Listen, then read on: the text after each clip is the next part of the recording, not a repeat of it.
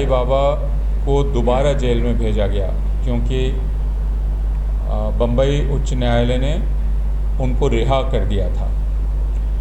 सर्वोच्च न्यायालय ने जो कहा वह क्यों फ़िक्र की बात है हम सब के लिए, उस पर सोचने की ज़रूरत है। उच्च न्यायालय ने कहा था, जैसा कॉलिन गोंजाल्विस ने समझाया, कि डॉक्टर साईं बाबा पर आपने एक मामला दर्ज किया,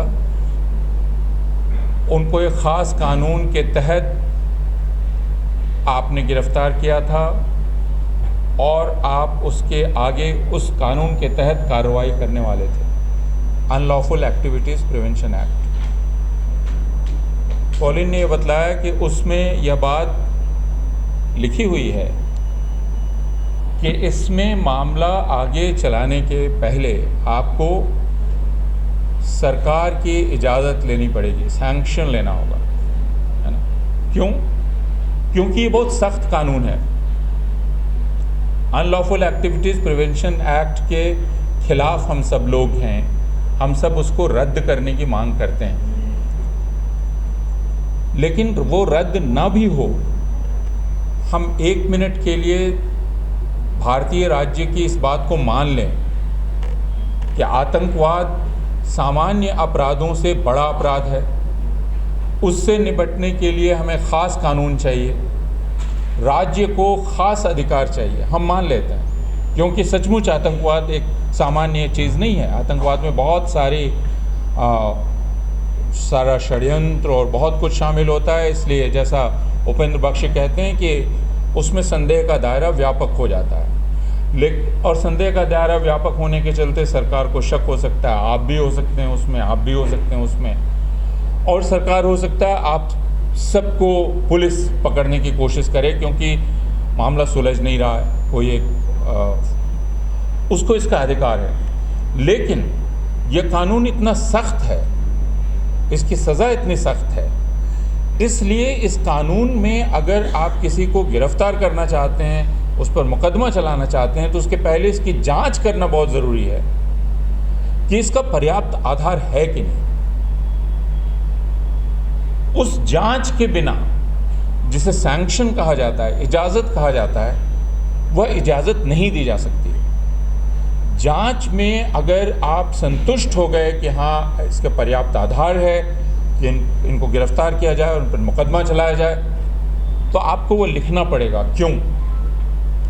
और बम्बई उच्च न्यायालय ने कहा कि साईं बाबा के मामले में यह नहीं हुआ। जो पहली ही चीज़ थी, यानी पहला ही कदम आपने नहीं उठाया, आपने पहला कदम नहीं उठाया और उसके बाद की सारी चीज़ें आपने कर दी, तो पहला कदम अगर गलत है तो बाद की चीज़ें अपने आप ही निरस्त हो जाती हैं। यह बम्बई उच्च न्यायालय ने कहा कि चूंकि साईं बाबा के मामले में सैंक्शन की जो प्रक्रिया थी वह सही नहीं थी, जो रिपोर्ट है वह रिपोर्ट कुछ नहीं बताती है, जैसे कॉलिन ने कहा वो शून्य है, इसलिए पूरा मामला ही खारिज हो जाता है, उसके आगे विचार करने की ज़रूरत ही नहीं।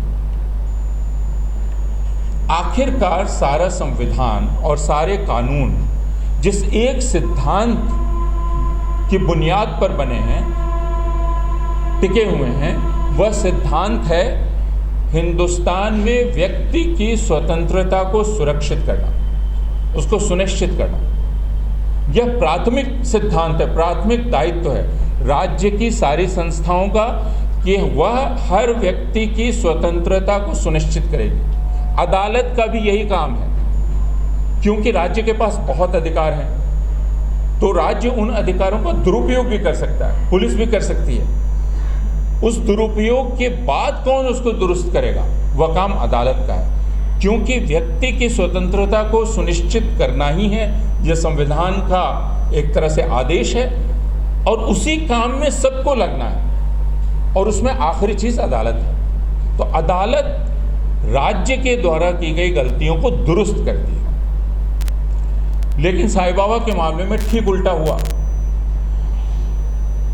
इस देश के बहुत माहिर वकीलों ने कहा है, और कपिल सिब्बल ने अभी कुछ दिन पहले यह बात कही कि हमने यह बात तो सुनी थी कि कन्विक्शन सस्पेंड नहीं होता है। जैसे अगर कोई कन्विक्ट हुआ तो हम गए उसके पास कि भाई आप इसको सस्पेंड कर दीजिए, तो कोर्ट्स उसमें कई बार आनाकानी करते हैं और अदालत ख़ास रुचि लेती है अगर किसी की जान खतरे में है, जैसे कल फांसी की सज़ा हो जानी है, कुछ हो जाना है, तो अदालत उस पर तुरंत बैठती है और तय करती है कि नहीं। क्यों? क्योंकि वही जान का अधिकार और आज़ादी का अधिकार सबसे महत्वपूर्ण है, उसको सुनिश्चित करना। लेकिन यह आज तक नहीं सुना गया, ऐसा कपिल सिब्बल ने कहा कि किसी को जब आज़ाद किया गया हो तो सर्वोच्च न्यायालय उसको पलट दे या अदालत उसको पलट दे। कन्विक्शन और एक्विटल या रिहा करना,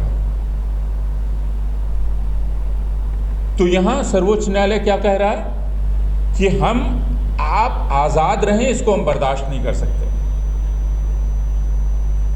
और सर्वोच्च न्यायालय ने कहा कि बंबई उच्च न्यायालय ने तो इस मामले के जो दूसरे पहलू थे उन पर विचार ही नहीं किया। लेकिन प्रश्न दूसरे पहलुओं तक पहुंचने का है ही नहीं। प्रश्न यह है कि जो प्रक्रिया है उसका पालन नहीं किया गया, और जनतंत्र में यदि आप प्रक्रिया का पालन नहीं करते हैं तो वह जनतंत्र नहीं है। जनतंत्र फौरी इंसाफ का नाम नहीं है। इसीलिए हम सारे लोग इस तरह के इंसाफ का, जिसमें यहाँ लोग बैठे हुए हों और सब एक ही तरह के सोचने वाले हों और किसी को कटघरे में खड़ा कर दिया जाए और कहा जाए कि हमने इनको दोषी करार दिया, अब इनको पीटो और इनको मार डालो, क्या हम इस तरह के इंसाफ के पक्ष में रहेंगे? हम ऐसे, क्योंकि कोई प्रक्रिया नहीं की गई। इसलिए प्रक्रियाओं का जनतंत्र में बहुत महत्व है, संसद में भी, संसद के बाहर भी, अदालत में भी। और साईं बाबा के मामले में यह नहीं किया गया। न सिर्फ साईं बाबा के मामले में, बल्कि आप ज्योति जगताप का मामला देख लीजिए। ज्योति जगताप के मामले में क्या कह रही है अदालत? क्यों ज्योति जगताप को जमानत नहीं मिलेगी? क्योंकि ज्योति जगताप ने सरकार की आलोचना की, उन्होंने सरकार का मजाक बनाते हुए गाने गाए, उनकी आलोचना करते हुए गीत गाए। इसलिए ज्योति जगताप अपराधी है।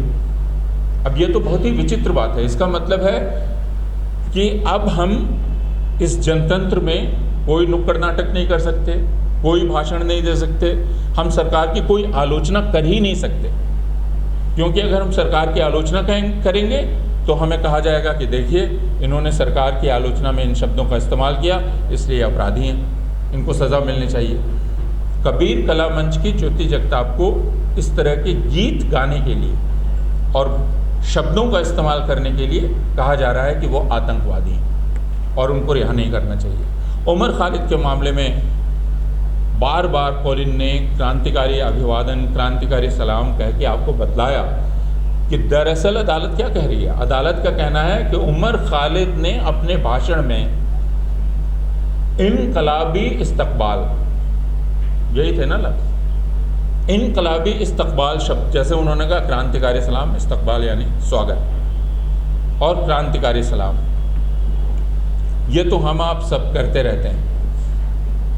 अदालत ने कहा अब तो भारत में जनतंत्र है, तो भारत जब जनतंत्र है तो क्रांति की बात क्यों की जा रही है? क्रांति की बात करने से खून खराबी की बू आती है। क्रांति का मतलब खून खराबा है। अगर आपने क्रांति के पहले रक्तहीन विशेषण नहीं लगाया है तो इसका मतलब है आप खून खराबा करना चाहते हैं। तो उमर खालिद कोड लैंग्वेज में जब क्रांतिकारी अभिवादन कर रहे थे, वो तो लोगों को कह रहे थे कि खून खराबा करो। ये तर्क है अदालत का। उमर खालिद की जमानत की अर्जी खारिज करने के पीछे का तर्क है कि उमर खालिद क्रांतिकारी अभिवादन, इनकलाबी इस्तकबाल जैसे लफ्ज़ बोल रहे थे। इन सारे मामलों को साथ में देखना चाहिए, वो चाहे साईं बाबा का मामला हो या उमर खालिद की जमानत की अर्जी रद्द करना हो या ज्योति जगताप की जमानत की अर्जी रद्द करना। और ये भी याद रखना चाहिए कि दरअसल इन सब में मामले को सर के बल खड़ा कर दिया गया। और मैं सिर्फ 2 मिनट ये बात आपको याद दिला के अपनी बात ख़त्म करूँगा। भीमा कोरेगांव में जहाँ दलित इकट्ठा हुए, वहाँ एक कार्यक्रम हुआ, जैसे हम सब लोग यहाँ इकट्ठा हैं, एक कार्यक्रम हुआ। आप सारे लोग निकलकर आप घर जा रहे हैं, आप पर हमला हो जाता है, तो पुलिस का क्या काम है? उस हमले की जांच करे, किसने हमला किया, उस हमले में जान जाती है, आखिर वह हमला किसने करवाया। 2 हिंदुत्ववादी लोगों का नाम आता है, इन्होंने हमला करवाया, उन पर FIR होती है, लेकिन वह FIR की जांच आगे नहीं चलती है, एक उल्टी FIR की जाती है। वह FIR क्या है? भीमा कोरेगांव के उस कार्यक्रम में जो लोग इकट्ठा हुए थे, उन्हीं लोगों ने वह हिंसा भड़काई थी। अब उसके बाद जांच का दायरा फैला दिया जाता है, जाल फैला दिया जाता है, स्टैन स्वामी पकड़े जाते हैं, सुधा भारद्वाज को गिरफ्तार किया जाता है, आनंद तेलतुंबड़े को गिरफ्तार किया जाता है, रोना विल्सन और बाकी तमाम लोगों को गिरफ्तार किया जाता है। और एक नई बात कही जाती है, वो नई बात क्या है? प्रधानमंत्री की हत्या का षड्यंत्र किया जा रहा था। अब बात कहाँ से शुरू हुई थी? भीमा कोरेगांव की सभा के बाद हिंसा हुई, जो कि एक घटना थी, हिंसा की घटना। पता यह करना था कि किसने हिंसा की, वह बात तो कहीं रह गई, पीछे छूट गई। अब एक बड़ा षड्यंत्र की कहानी, बड़े षड्यंत्र की कहानी कि प्रधानमंत्री की हत्या, इस देश को अस्थिर करना वगैरह। उसी प्रकार दिल्ली में जब CAA के खिलाफ आंदोलन हो रहा था, उस आंदोलन के दौरान ही फरवरी 2020 में जब औरतों ने कुछ जगह सड़क पर बैठकर विरोध प्रदर्शन शुरू किया, तो हमले शुरू हो गए। हमले किन पर हुए? CAA के खिलाफ जो लोग आंदोलन कर रहे थे, उन पर हमला हुआ। उत्तर पूर्वी दिल्ली के कुछ इलाकों में हमला हुआ, 53 लोग मारे गए, 40 मुसलमान, 13 हिंदू। सैकड़ों घर तबाह हुए, दुकानें तबाह हुई, लूटी गई, जलाई गई, बर्बाद कर दी गई, मस्जिदें तोड़ी गई, मस्जिदों को नुकसान पहुंचाया गया। यह है असल घटना। किसने किया, पता यह करना है। किसने यह हमला किया, कौन इसके पीछे था, किसने साजिश की? दिल्ली पुलिस क्या कर रही है? CAA आंदोलन किसने किया?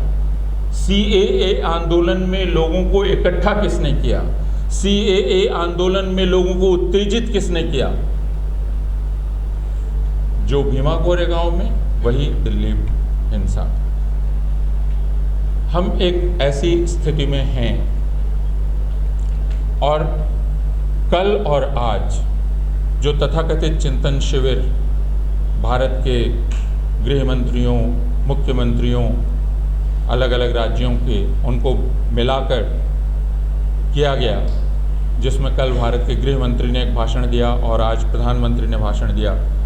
उसके ब्यौरे मैंने नहीं पढ़े, लेकिन मुझे एक पत्रकार मित्र ने फ़ोन करके कहा कि यह कहा गया है कि इस देश में हर प्रकार के नक्सलवाद को समाप्त करना है, बंदूक वाले नक्सलवाद को भी और कलम वाले नक्सलवाद को भी। मुझे नहीं पता कि किस कलम वाले को नक्सलवादी कहा जाएगा और किसको नहीं कहा जाएगा। क्या मेधा पाटकर नक्सलवादी हैं? क्या गिरीश कर्नाड नक्सलवादी थे? नक्सलवादी होने का मतलब क्या होता है? नक्सलवादी कौन है? और नक्सलवादी होना अपने आप में अपराध कैसे हो गया? नक्सलवाद को किस तरह से परिभाषित किया जाता है? लेकिन पिछले कुछ महीनों में जिस प्रकार फिर प्रधानमंत्री ने, गृह मंत्री ने और भारतीय जनता पार्टी ने अर्बन नक्सल गुजरात चुनाव के समय से लेकर अब तक नक्सलवाद के हव्वे को फिर से खड़ा किया है, उसमें इसकी आशंका बहुत बढ़ गई है कि जो भी इस मुल्क में सोचने समझने वाला है, जो भी आज़ाद ढंग से अपनी बात कहना चाहता है या कहना चाहती है, उसे आसानी से नक्सलवादी बिल्ला लगाकर और उसके खिलाफ गिरफ्तारी और दूसरी कार्रवाइयाँ की जा सकती हैं।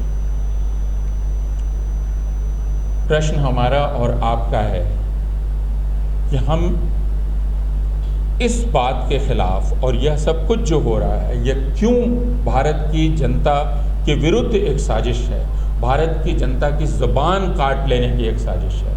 हम क्या यह बात जनता को बता पाएंगे, समझा पाएंगे और बतला पाएंगे कि यह दरअसल इन कुछ लोगों के खिलाफ साजिश नहीं है जिनको अर्बन नक्सल कहा जा रहा है, जो पूरी जनता के खिलाफ साजिश है, क्योंकि उस जनता की आवाज़ इन्हीं ज़ुबानों से जाती है। आप जब उमर खालिद को गिरफ़्तार कर लेते हैं, आप जब हैनी बाबू को गिरफ़्तार कर लेते हैं, आनंद तेलतुंबड़े को कर लेते हैं,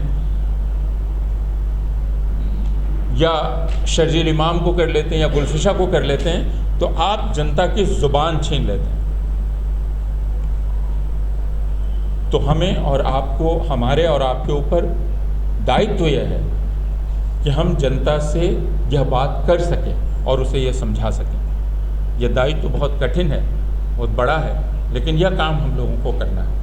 आपस में बातचीत करते हुए यहाँ बहुत सारे नौजवान बैठे हैं और यह बहुत उत्साह की बात है, और इसी तरह हमें ज़्यादा इस चर्चा को और नौजवानों के बीच ले जाना और जनता के और हिस्सों के बीच ले जाना बहुत ज़रूरी है। और यह समझाना बहुत ज़रूरी है कि जनतंत्र में आमतौर पर आज़ादी का भ्रम होता है। ऐसा तो नहीं है कि सारे लोग जेल चले जाते हैं, लेकिन असल जनतंत्र वही है जहां सरकार की आलोचना करने वाला आज़ाद रह सके और वह सरकार की आलोचना करने के बाद भी आज़ाद रह सके। अगर वो आज़ाद नहीं है तो बाकी लोग नौकरी करते हैं, क्लास में जाते हैं, मेट्रो में चलते हैं और यह माना जाता है कि वो आज़ाद हैं, तो वो आज़ादी नहीं है। बहुत शुक्रिया।